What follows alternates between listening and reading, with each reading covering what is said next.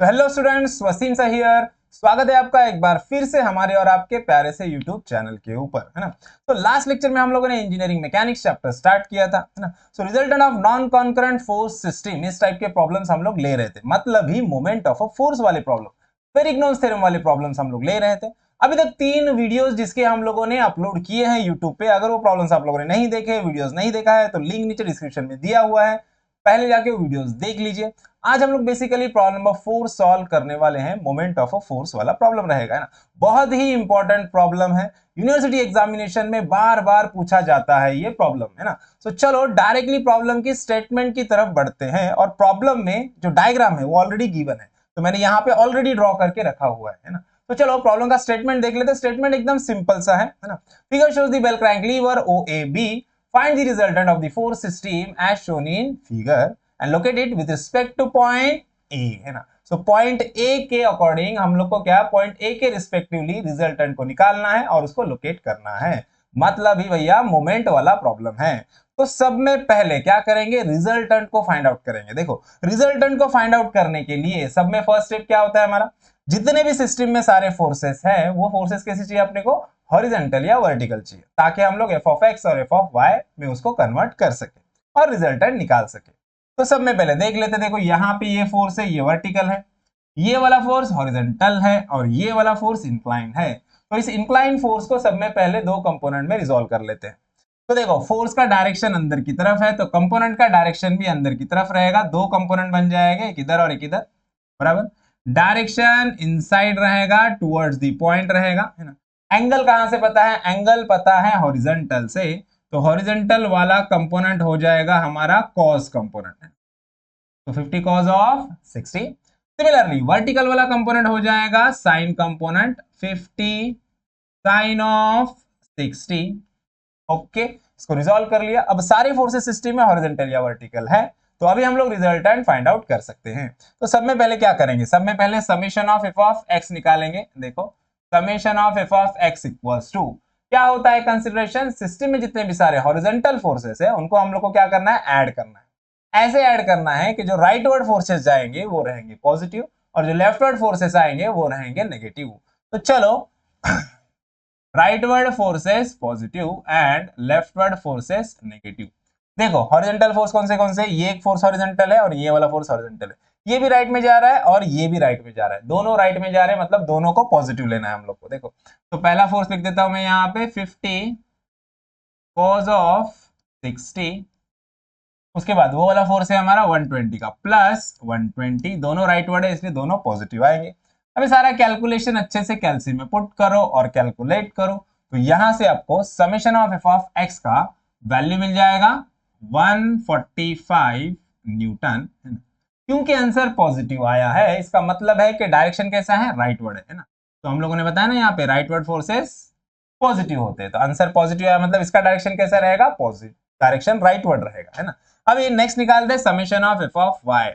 Summation of F of Y equals to क्या होता है, consideration upward forces positive and downward negative. क्या करना है, सिस्टम में जितने भी सारे वर्टिकल फोर्सेस है उनको ऐड करना है, जो ऊपर जाएंगे उनको पॉजिटिव ले लो, जो नीचे आएंगे उनको नेगेटिव ले लो। तो देखो वर्टिकल फोर्सेस कौन से, ये एक और दो, दो फोर्सेस वर्टिकल है और दोनों के दोनों डाउनवर्ड है, दोनों डाउनवर्ड मतलब दोनों माइनस में आएंगे। तो सब में पहले लिख देता हूं मैं यहाँ पे -100 और ये वाला -50 साइन 60 -50 साइन ऑफ 60, है ना।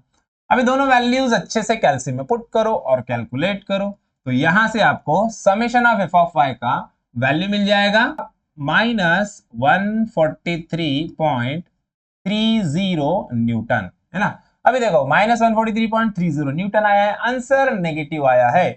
लाइफ में हमेशा रहना है पॉजिटिव, तो आंसर भी लिखेंगे पॉजिटिव में, तो क्या करेंगे, माइनस आंसर नहीं लिखना, यहाँ पे नीचे लिख दो 143.30 न्यूटन, है ना। माइनस साइन क्या शो कर रहा है, माइनस साइन शो कर रहा है डाउनवर्ड डायरेक्शन, तो यहाँ पे लिख दो आगे डाउनवर्ड डायरेक्शन। ओके, अब निकालना है रिजल्टेंट, तो रिजल्टेंट का फॉर्मूला हम लोग को पता है, क्या होता है, summation of F of X square plus summation of F of Y square. ठीक है, वैल्यूज पुट करना है दोनों के। देखो एफ ऑफ एक्स की वैल्यू निकाली हम लोगों ने, कितना था 145 का square plus summation of Y था हमारा 143.30 इसका स्क्वायर है ना। अब ये सारा वैल्यू अच्छे से कैलसी में पुट करो और कैलकुलेट करो तो यहां से आपको रिजल्टेंट का वैल्यू मिल जाएगा 203.86 न्यूटन। ये मिला रिजल्टेंट का मैग्नीट्यूड। अब रिजल्टेंट कहां पे है, किस क्वाड्रेंट में है, ये हम लोग को पता करना है। तो उसके लिए हम लोग एफ ऑफ एक्स और एफ ऑफ वाई के वैल्यूज का यूज करेंगे। Summation of F of x आया हमारा पॉजिटिव मतलब एक्स पॉजिटिव, और एफ ऑफ वाई आया नेगेटिव मतलब वाई नेगेटिव। देखो तो एक्स पॉजिटिव और y नेगेटिव, तो ये रहेगा इस वाले क्वाड्रेंट में आएगा हमारा रिजल्टेंट। यहाँ पे y नेगेटिव रहेगा, यहाँ पे x पॉजिटिव रहेगा, यहाँ पे ऐसे रिजल्टेंट हमारा आएगा किधर, है ना।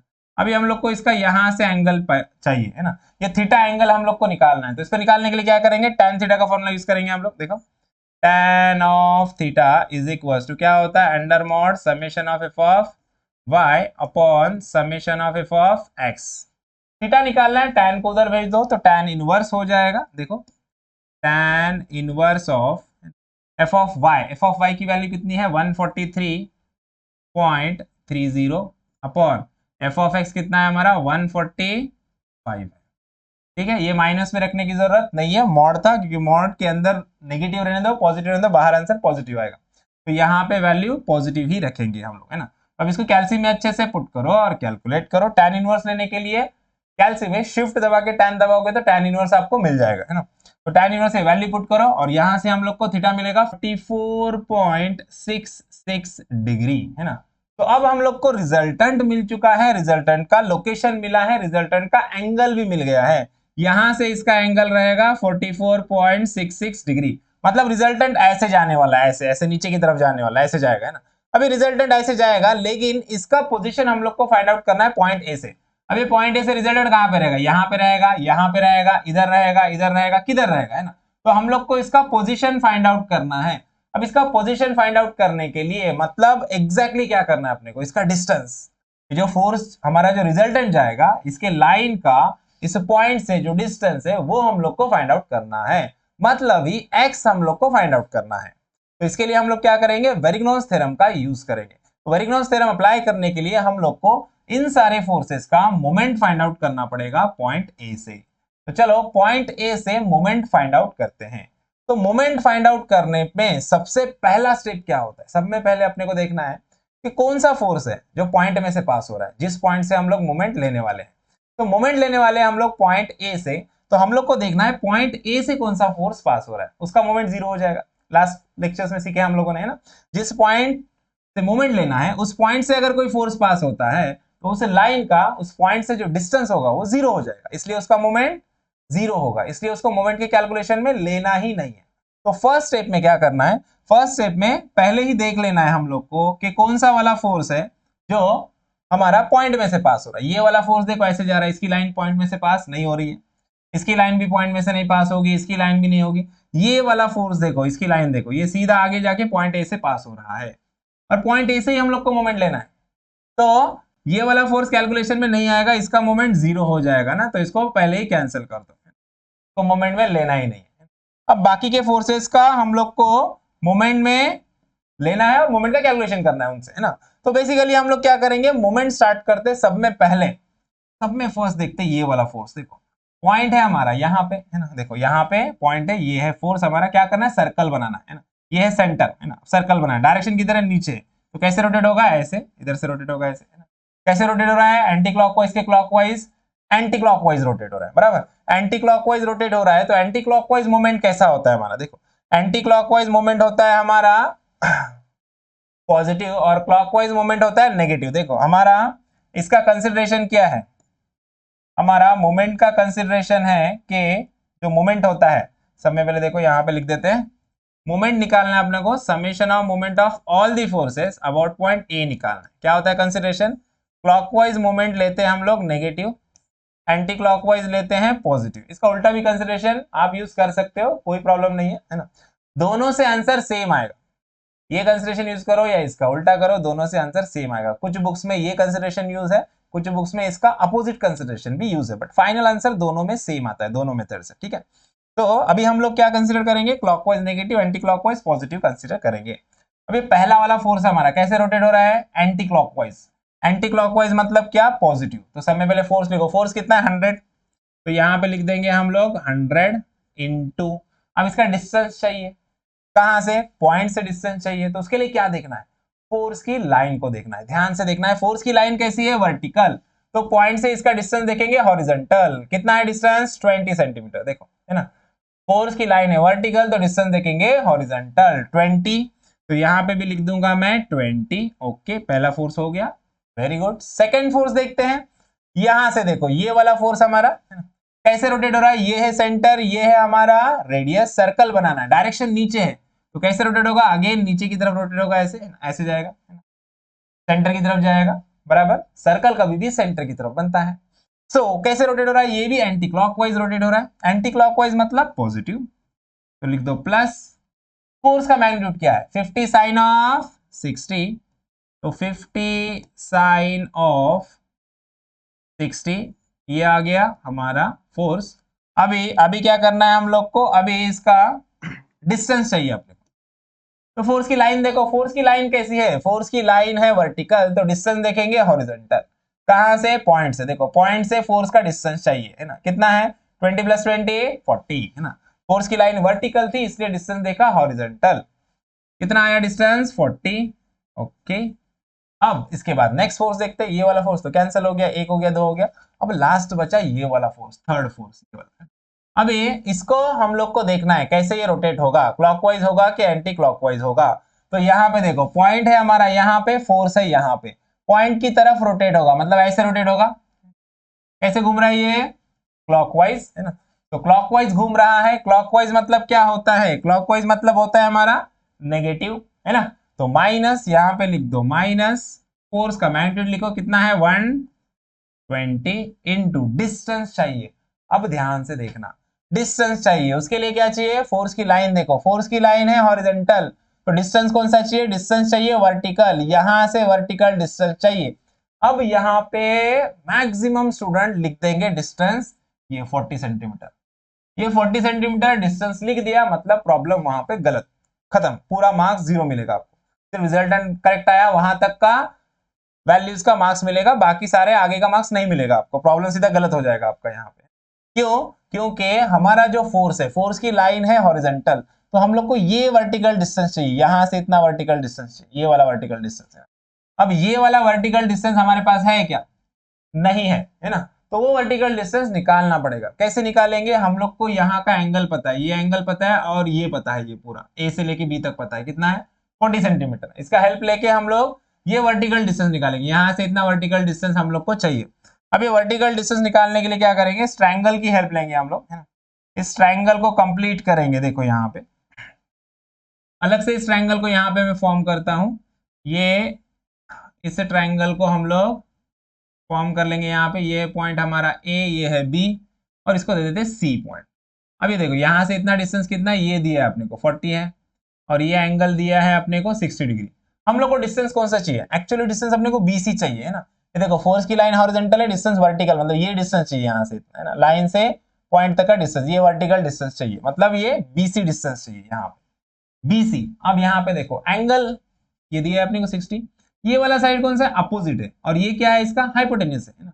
अपोजिट बाय हाइपोटेन्यूज क्या होता है, sine theta, opposite upon hypotenuse. तो यहां से हम लोग ये बीसी का वैल्यू निकाल लेंगे, देखो कैसे करेंगे, साइन ऑफ 60, साइन 60 क्या होता है, अपोजिट बाय हाइपोटेन्यूज, इसका अपोजिट साइड क्या है बीसी, और हाइपोटेन्यूज कितना, हाइपोटेन्यूज दिया आपने को कितना है 40 है, तो BC इज इक्वल टू क्या हो जाएगा 40 साइन ऑफ 60।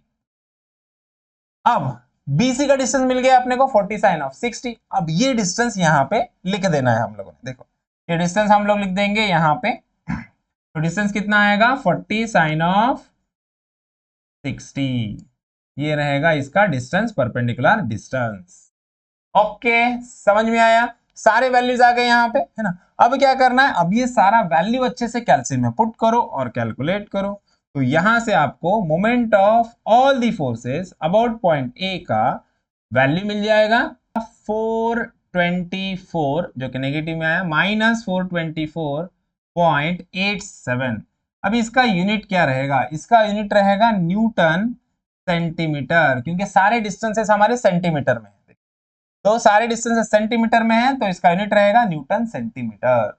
अभी इसको मीटर में कन्वर्ट करने की कोई जरूरत नहीं है, कन्वर्ट किया तो भी चलेगा, नहीं किया तो भी चलेगा, क्योंकि सारे यूनिट सेंटीमीटर में। अगर 1 सेंटीमीटर में 1 मीटर में रहता तो कन्वर्ट करना पड़ता, या 1 mm में 1 सेंटीमीटर में रहता तो भी कन्वर्ट करना पड़ता है, लेकिन यहाँ पे सारे जो डिस्टेंसेस है वो सेंटीमीटर में है, तो हम लोगों ने उसको सेंटीमीटर में ही रखा, और जो आंसर आया वो भी हमारा न्यूटन सेंटीमीटर में आया है। आंसर नेगेटिव आया है। नेगेटिव साइन क्या शो कर रहा है, क्लॉकवाइज। तो यहाँ पे आगे हम लोग लिख देंगे हमारा मोमेंट है 424.87 न्यूटन सेंटीमीटर, पॉजिटिव में लिखेंगे और क्या बताएंगे कि ये है क्लॉकवाइज। नेगेटिव साइन क्या शो कर रहा है, मोमेंट है हमारा क्लॉकवाइज। अभी देखो मोमेंट मिल गया, रिजल्टेंट मिल गया, अब बारी है रिजल्टेंट को लोकेट करने की, मतलब एक्स को फाइंड आउट करने की। तो एक्स को फाइंड आउट करने के लिए हम लोग वेरिग्नोन्स थ्योरम का यूज करेंगे। तो अप्लाइंग वेरिग्नोन्स थ्योरम, क्या होता है Varignon's theorem, moment of forces of moment of all the forces about point A is equals to क्या होता है, आर इंटू एक्स, मतलब moment of their resultant with respect to same point. तो x की value निकालेंगे, यहां से देखो x इज इक्वल टू क्या होगा, यार इधर मल्टीप्लिकेशन में, इधर गया तो डिवीजन में चला जाएगा। Moment of all the forces about point A upon r। तो मोमेंट की वैल्यू आई है हमारी 424.87, और रिजल्टेंट हम लोगों ने निकाला था यहाँ पे कितना आया था, 203.86, 203.86 है ना। अभी सारा वैल्यू अच्छे से कैलसी में पुट करो और कैलकुलेट करो, तो यहां से आपको x का वैल्यू मिल जाएगा 2.08 सेंटीमीटर। तो 2.08 सेंटीमीटर पे रिजल्टेंट हमारा रहेगा, यहाँ पे रिजल्टेंट ऐसे हमारा रहेगा, इसका परपेंडिकुलर डिस्टेंस रहेगा पॉइंट ए से 2.08 सेंटीमीटर। तो यहाँ पे हमारा प्रॉब्लम खत्म होता है। आई होप आपको प्रॉब्लम अच्छे से समझ में आया है। वीडियो अच्छा लगा है तो वीडियो को लाइक कीजिए, ज्यादा से ज्यादा अपने दोस्तों के साथ शेयर कीजिए और चैनल को सब्सक्राइब करना ना भूलिए। तो मिलते हैं नेक्स्ट वीडियो में नेक्स्ट प्रॉब्लम के साथ, तब तक के लिए थैंक यू, बाय बाय।